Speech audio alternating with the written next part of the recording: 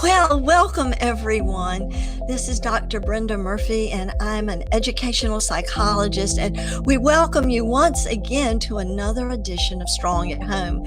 We've been talking about experiences with COVID, and today I have a very, very special guest with us for our conversation.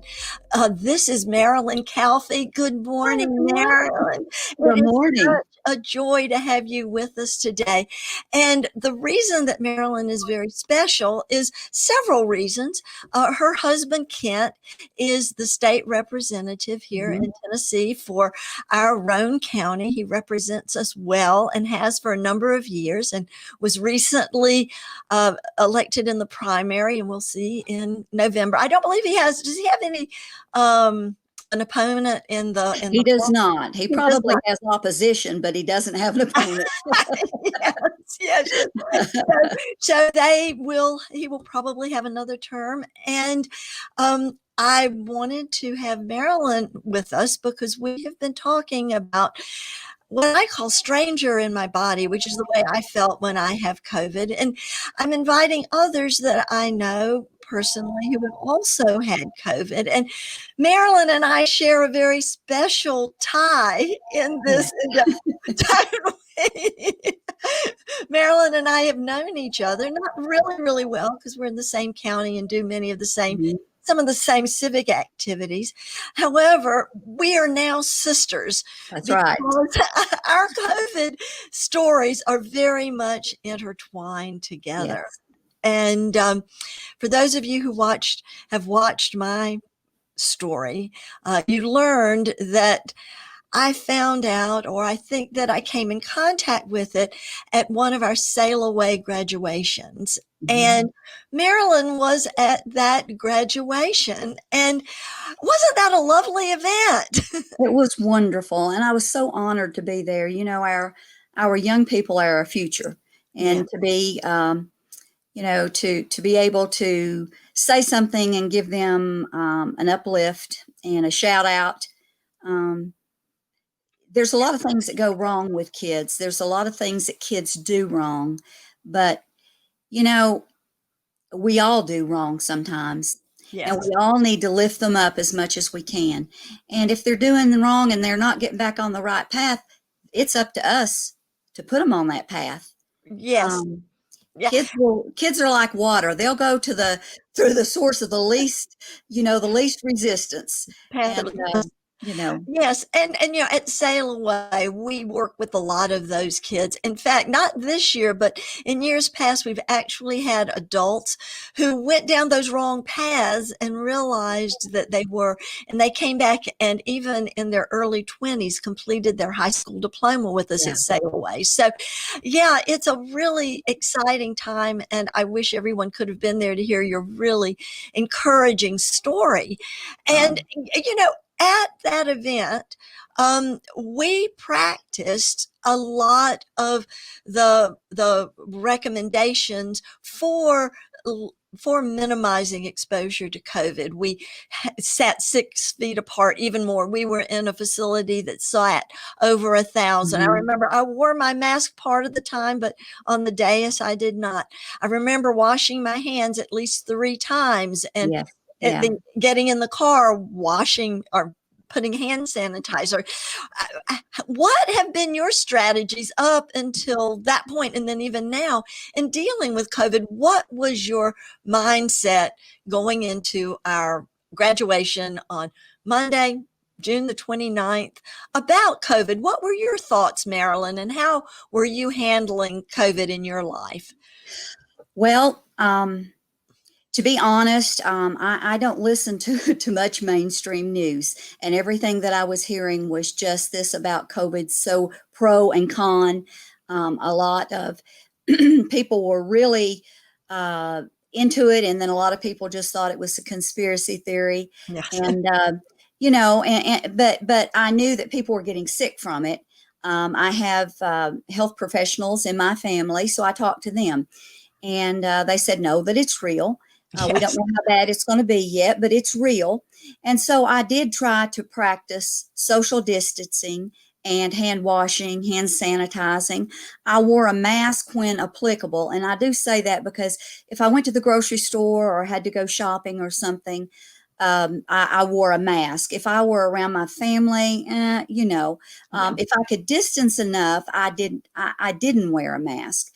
And it's not that I didn't take it serious, but I didn't take it serious, if you know what I mean. Well, and I I think well remember that Monday, us being social distancing and stepping back even, if we didn't have our mask on. And I thought everyone there did very well with that. yes, I agree. So it's really that no one really knows exactly where and how you catch it. We assume that it was there because several of us that were at that event did come down with COVID. And it wasn't that we weren't being careful. I think too, at that point here in Roane County, a rural county in beautiful East Tennessee, you can correct me if I'm wrong, but I think we had only had like a total of 9 or 10 cases at that time. Certainly not very many. Is that correct? You probably kept up with it better than I did, but I think the listing, I was number 7, maybe. I yes, was that statistic. I yes. like that number. I like number 7 for whatever. 7 and 8 are my numbers. But I'm trying to recall, but I think at that time, and I did keep up with it, being involved in the numerous things I'm involved with, and just to see um, how it was increasing or decreasing or staying static.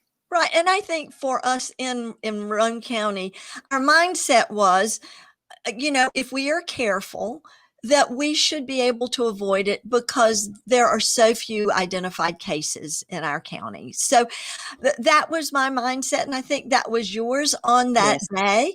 And so, it was a really wonderful community event and family event and lots of celebrations for several of the students were high achievers, some had struggled. So it was a great day of celebration. And so after that, Marilyn, share your story of what happened after Monday, June the 29th. Well, as we were talking about Monday, I was fine. I'm just like I feel today. I felt good. Had a little bit of a sniffle, maybe a little bit of cough, seasonal allergies. I get them every year around that time. Um, Tuesday morning, I had breakfast with some friends and felt like I was starting to get a little bit of an earache. Campaign was really coming up, starting to vamp up, and 4th of July was always a big time for campaign season. And so I thought, well, I'll go to the walk-in clinic. So I go, fortunately, our walk-in clinic is affiliated with our regular doctor's office, so they had access to my records. So I go in and I tell the PA that I've got, I think I'm getting an ear infection. Can she give me some antibiotics or something? Get rid of it. And that I'd tried this homeopathic thing and it just hadn't worked. She checked my ears, she checked my nose, and she checked my throat. And she said, well, you don't have anything, nothing's irritated enough to cause you the problems that you're talking about. She took my temperature. My temperature was 99.4.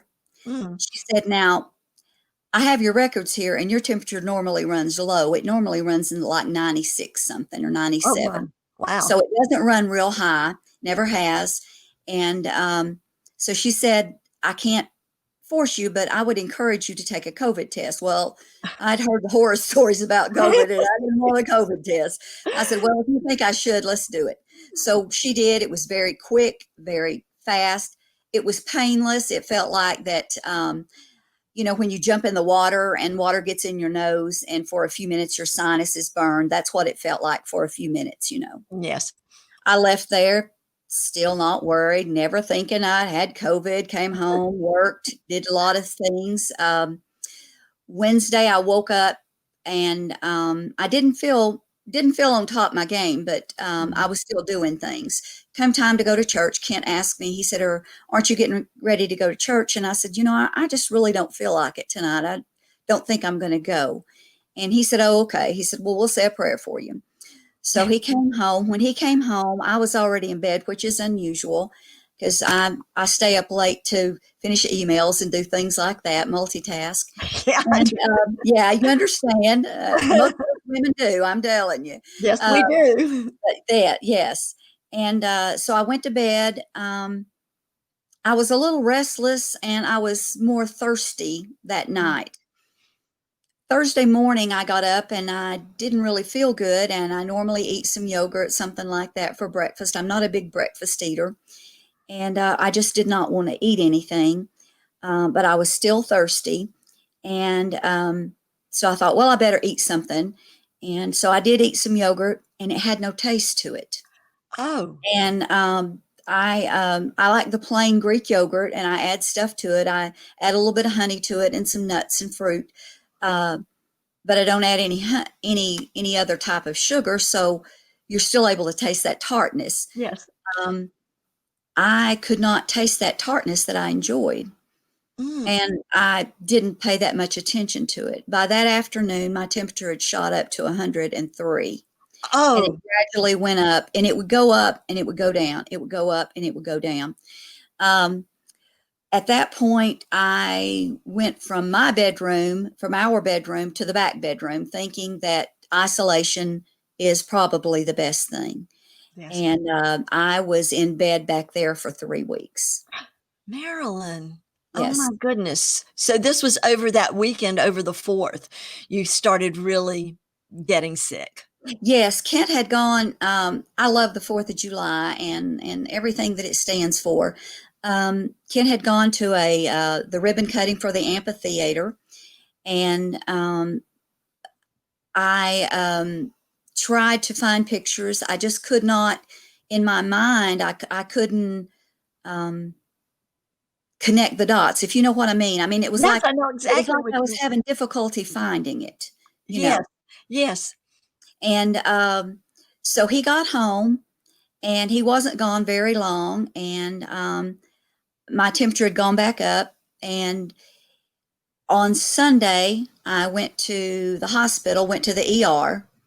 My. The He took me, and they thought that I had a blood clot. They did, and because I was having, they said, well, what's your symptoms? I said, well, I've tested positive for COVID. Now, I did not know that I had COVID until 4th of July. It took from Oh, Tuesday until Saturday to get the test results back. mm, That's one of the things that I see they have difficulty doing tracing with, yes, because it's such a lag time at the very first. Now I think it's gotten better, but at the yes. very first, it was such a lag time, but before when you got your test till you got the results back. And so they called me, told me I had it. The health department did. And that Sunday I went to the ER. I told them I couldn't breathe. They took x-rays, thought I had a blood clot, found it was pneumonia, gave me a 5-day medication of azithromycin, something like that, and told me to take vitamin C and zinc and Mm, drink, and that was it. oh my Um, goodness. Monday, I felt, I will tell you, I felt less than. I just felt like, and I realized they have a hard time at the ER. Everyone that comes in with COVID, they have to put on PPE. They have to mask up. They have to clean everything. That person leaves, and then they get a break, and then they have to do it all over again. Yes, So I understand that, and I don't feel bad about it. Um, I just feel a little confused about it, I guess. But my oxygen level stayed from the low 90s to the mid 90s. It never did go real low. I was that's certain unusual. it Yes. was. It was very unusual. I was an anomaly. So when I left there, they told me I did have COVID and I had pneumonia. Um, I don't know how I would have felt had I not had the pneumonia. I'd never had pneumonia before, but it was COVID pneumonia. I'd taken the pneumonia shots. Talking to the state health department, they said that it was a different kind of pneumonia. The Yes. shots that Yes. you have would not have helped that. It's affected the respiratory really bad, differently. Yes, yes, indeed. You know, Marilyn, we are just at the beginning of your story, and our conversation time for this edition of Strong at Home is over. We can't stop in the middle. However, will you come back and share on our next edition of Strong at Home?